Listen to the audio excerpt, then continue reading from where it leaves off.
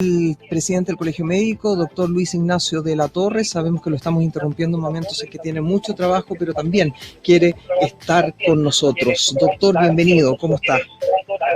Hola Claudio, gracias por el contacto. En realidad muy importante señalar que, tal como lo hicimos hoy día en el punto de prensa, es fundamental entender que la situación de la red de salud está, y usemos una palabra que las personas puedan entender fácilmente, está saturada, está colapsada.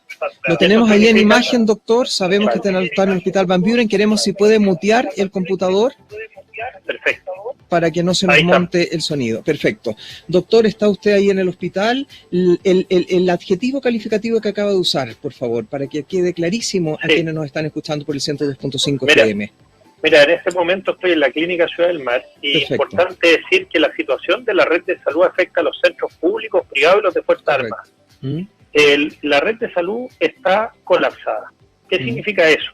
Significa que si hoy día tú sufres un accidente de auto, si hoy día te caes, te golpeas, si hoy día sufres una peritonitis, si tienes una complicación cardíaca como un infarto, la posibilidad de que tengamos una cama disponible para ti en el momento oportuno y en el hospital en el que consultes es muy baja. Y en promedio los pacientes están teniendo que esperar 12, 18, 24, 48, 72 horas para encontrar una cama crítica disponible que pueda resolver los problemas de salud que ellos tienen. Esa es la situación actual. Y eso no es producto de una mala estrategia hospitalaria. Por el contrario, desde la mirada hospitalaria se han triplicado los recursos de camas críticas, se han casi duplicado las camas intermedias, sino que es el problema de un enfoque que no ha podido controlar los contagios. Y hemos llegado, como tú bien lo sabes, a 880 contagios activos, casos nuevos el domingo, 707 ayer, sobre 500 hoy día, que pesa ser un día martes o cerca de 500 hoy día, y 5.700 casos activos en este momento, la cifra más alta que hayamos podido tener. Pero, Claudio, si no cambiamos el manejo social de la pandemia, no los hospitalarios, el manejo social, me refiero la forma de que como sociedad enfrentemos la pandemia, la forma en que el Estado ayuda a las personas para cumplir con las cuarentenas, la forma en que cada uno de nosotros se cuide para cuidarnos a todos en conjunto. Si no cambiamos ese escenario, la situación probablemente a mediados de abril estemos teniendo 900 y tal vez hasta 1.000 casos diarios, lo que nos va a llevar tal vez a los 6.000 o 7.000 casos semanales, cifra que aunque tú crezcas un poquito más en camas críticas, no vamos a poder manejar como región. Correcto.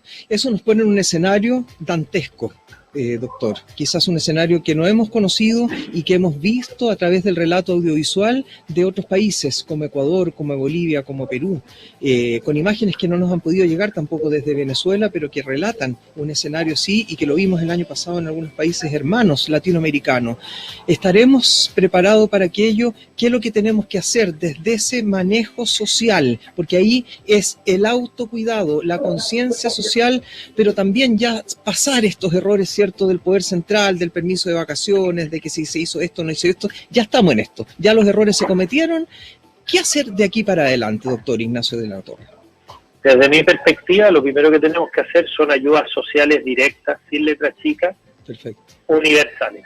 Esa palabra me parece necesaria, universales. ¿Por qué?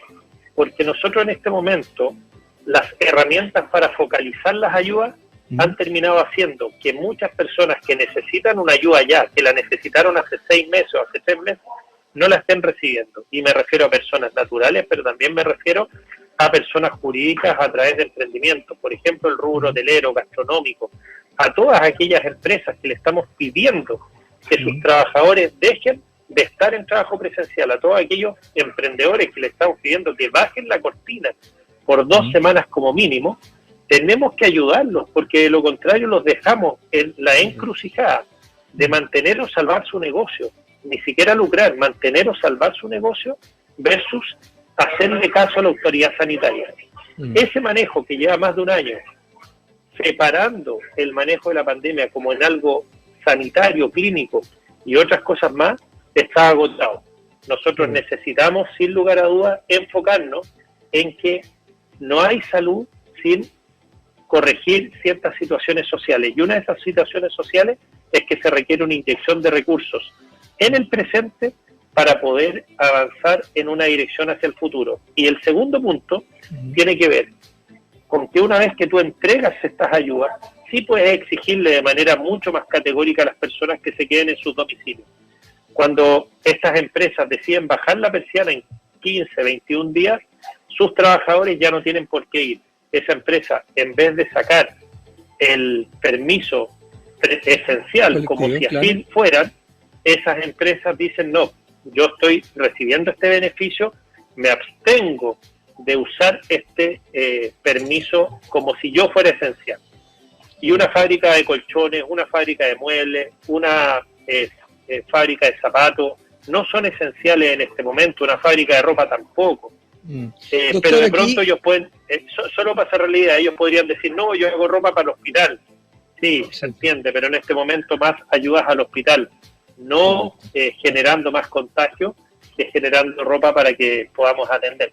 Perfecto. Doctor, estamos hablando entonces aquí de unas medidas que tienen que ver con unir la salud con lo social, pero también con lo económico. Y desde ahí las ayudas que tienen que ver desde el Poder Central, que lleguen rápidamente. Estamos detenidos, ¿cierto?, en proyectos de ley en el Congreso, que no están llegando, ¿cierto?, rápidamente los recursos a la gente, por lo tanto la gente sigue en circulación. Aquí hay un llamado, yo me imagino usted como presidente del Colegio Médico, también a la autoridad, ¿cierto?, al gobierno, a los responsables, al Poder Legislativo también, en acelerar estos proyectos, que la ayuda llegue en forma directa para que todos y todas nos quedemos en la casa. ¿Es así? ¿Necesitamos que sea ahora ya? Te explico. Si en este momento nosotros estamos en cuarentena, las calles no dan cuenta de eso. Correcto. Cuando tú ves el estudio de movilidad de la Universidad del Desarrollo, se aprecia que lo máximo que hemos reducido la movilidad en las comunas del Gran Valparaíso es cerca del orden del 30% en comparación a la basal. Eso es bueno, pero es insuficiente. Si tú bajas la movilidad solo en un 30%, no detienes el contagio viral en la magnitud que lo tenemos. ¿Y qué termina ocurriendo, Claudio? Y esto es importante. Hay una frase que me decían por ahí, más vale ponerse colorado una vez que amarillo muchas. Si tú haces mal la cuarentena, finalmente esta medida, como no genera impacto, se mantiene en el tiempo, dañando más a quienes más vulnerables son. Entonces, es una medida que es ineficiente, que es injusta, sobre todo cuando a las personas más vulnerables no se acompaña de una ayuda social. La salud es el resultado de determinantes sociales y uno de ellos es el factor económico.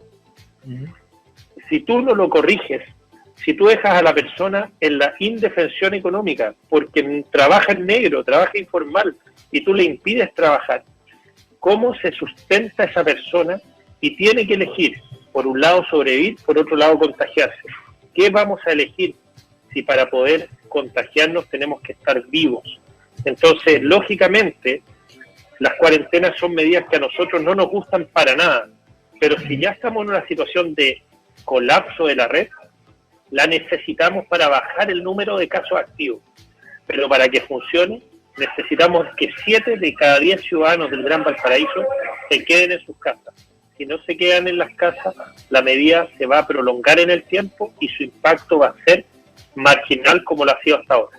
Perfecto. Doctor, salir de algunas dudas, si son certezas o realidades, o son a lo mejor también algunas fábulas que se van tejiendo, ¿cierto?, dentro de un escenario tan dantesco como el peor pic y el peor escenario que tenemos en más de 365 días de pandemia en Chile. ¿Es verdad que hay menos adultos mayores dentro de las camas de urgencia, de las camas UCI, podríamos decirlo, y que hoy día el escenario es gente más joven? Mira, es una verdad, como podríamos decir, a medias. ¿Ya? Porque si nos vamos a los números absolutos, tenemos más camas críticas que antes. En diciembre estábamos con 150 pacientes en camas críticas, hoy día en 270. Ese aumento es de todos los grupos etarios. Lo que pasa es que proporcionalmente, en diciembre, podríamos decir con certeza que un 80 o 85% de quienes estaban en UCI tenían más de 60 años, y podíamos decir también que quien fallecía o tenía enfermedades o comorbilidades como una inmunosupresión, como una enfermedad pulmonar, o tenía más de 60 años y especialmente más de 70.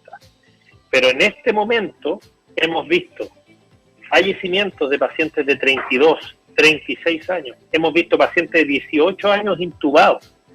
Hemos visto pacientes que no tienen mayores morbilidades y tienen 40, 45 años ocupando camas UCI. Pero todos los grupos han crecido en el número. Acá hay más pacientes hospitalizados que hace 3 meses atrás. Hay prácticamente el doble de los pacientes hospitalizados. Por lo tanto, no creer que un grupo está menos expuesto que otro.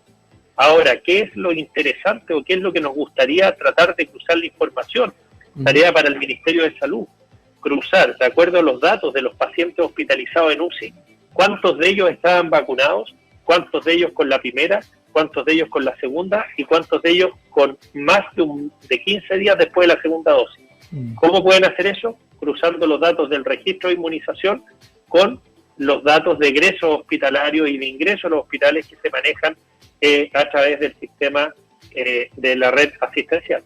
Perfecto. Doctor, ya para ir terminando, porque sabemos que ahí lo necesitan y que está en plenas labores, al menos ahí en la Clínica Ciudad del Mar, y también preocupado de lo que pasa en el Hospital Carlos Van Buren.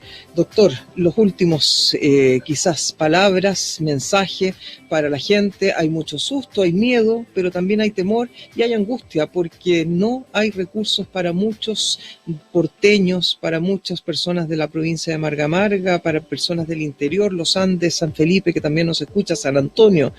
¿Cuál es su mensaje para esta región? Lo primero, que no me siento en posición de juzgar a nadie, que habiendo analizado la situación de riesgo en la que estamos, decide salir de su casa porque no tiene otra medida para subsistir que hacerlo. Lamento que para esas personas, que son muchas, el Estado esté llegando tarde.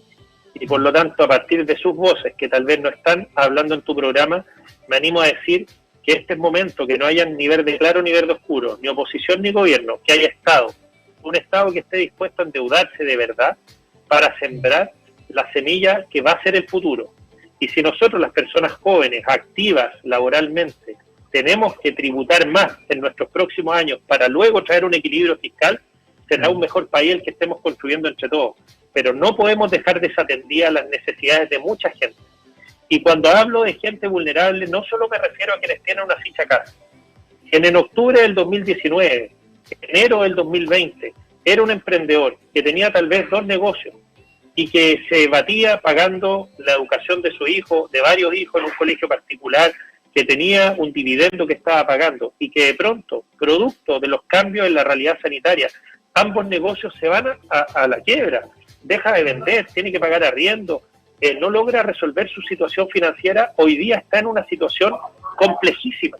Y si bien es cierto, las crisis son momentos de oportunidades, sobre todo para los emprendedores que tienen una verdadera energía y son muy animosos en hacerlo, no los podemos dejar botados.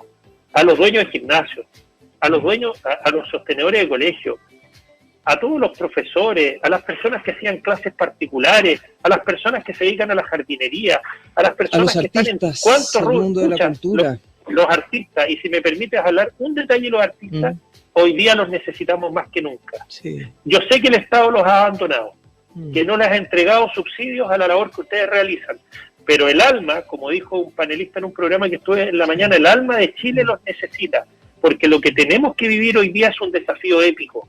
Hoy día tenemos que entender que la única manera de enfrentar este virus es rompiendo con la inercia del individualismo, desarrollando una inspiración que como chilenos podemos reinventarnos frente a esta pandemia. No somos los mejores del mundo, no somos los peores del mundo, pero estamos viviendo una calamidad, estamos viviendo un momento en el cual han fallecido más de 30.000 chilenos y van a seguir falleciendo a una velocidad de 100, 150 al día si no cambiamos nuestra forma de actuar. Y esa forma de actuar significa: artistas, regálennos su belleza, regálennos esas creaciones que nos dan esperanza. La esperanza no viene por el efecto de rebaño en junio, la esperanza viene por ver la capacidad creativa del ser humano, pero en otro aspecto, el espíritu. Pero ese mismo espíritu tenemos que volver a estimular a cuánta gente que apoyó ollas comunes, Claudio. Yo sé que tú conoces varias iniciativas de esa índole. hay que volver a estimular a las personas que lo hicieron. Hubo más de 50.000 raciones diarias que llegamos a entregar en algún momento. Esas iniciativas tienen que robustecerse. Son ustedes un apoyo para el que sufre, para el que está pasando un mal momento, que es imprescindible. Volver a organizarnos, volver a descubrirnos como sociedad y cambiar el individualismo por la colaboración, cambiar el egoísmo por fraternidad y cambiar, sin lugar a dudas, o traer a todos nosotros la empatía, ponernos en el lugar del que sufre. Porque no existo sin el otro y sin la otra, como dice también por ahí un refrán, como dijo también el presidente Macron el año pasado, que también me hizo mucho ruido. No nos dimos cuenta desde el primer mundo que si no apostábamos todo a la salud, simplemente no hay vida y no hay nada. No hay vida. Por supuesto, doctor, pocas palabras que decir después de todo lo que nos ha comunicado, y por supuesto también nuestra próxima invitada es la presidenta nacional de las asesoras y trabajadoras y trabajadores particulares del hogar, ¿cierto?, de hogares particulares, que también han sido abandonados y que han quedado sin trabajos y a su merced. Así que seguimos con respecto al mismo tema que usted nos ha planteado, que tiene que ver con esta cruza que existe entre la salud, entre lo social y entre lo económico. Ahora que viene una nueva constitución, doctor, la salud no es sola, va acompañada de programas sociales, de programas económicos, porque finalmente es todo. Sin salud no hay vida. Doctor Ignacio de la Torre, Luis Ignacio de la Torre, presidente del Colegio Médico, como siempre, tenerlo en luz verde para nosotros es un honor. Muchas gracias por su palabra y su discurso, que nos motiva a ser mejores dentro de esta imposibilidad de poder vernos a los ojos y abrazarnos. Que esté bien, siga con su trabajo, que pucha que nos ayuda y nos da fe, gracias, esperanza, gracias, y espíritu también. Que esté bien, doctor. Gracias, chao, chao. Gracias. Que tenga muy buen programa. Chao. Chao, chao. Bien, nosotros...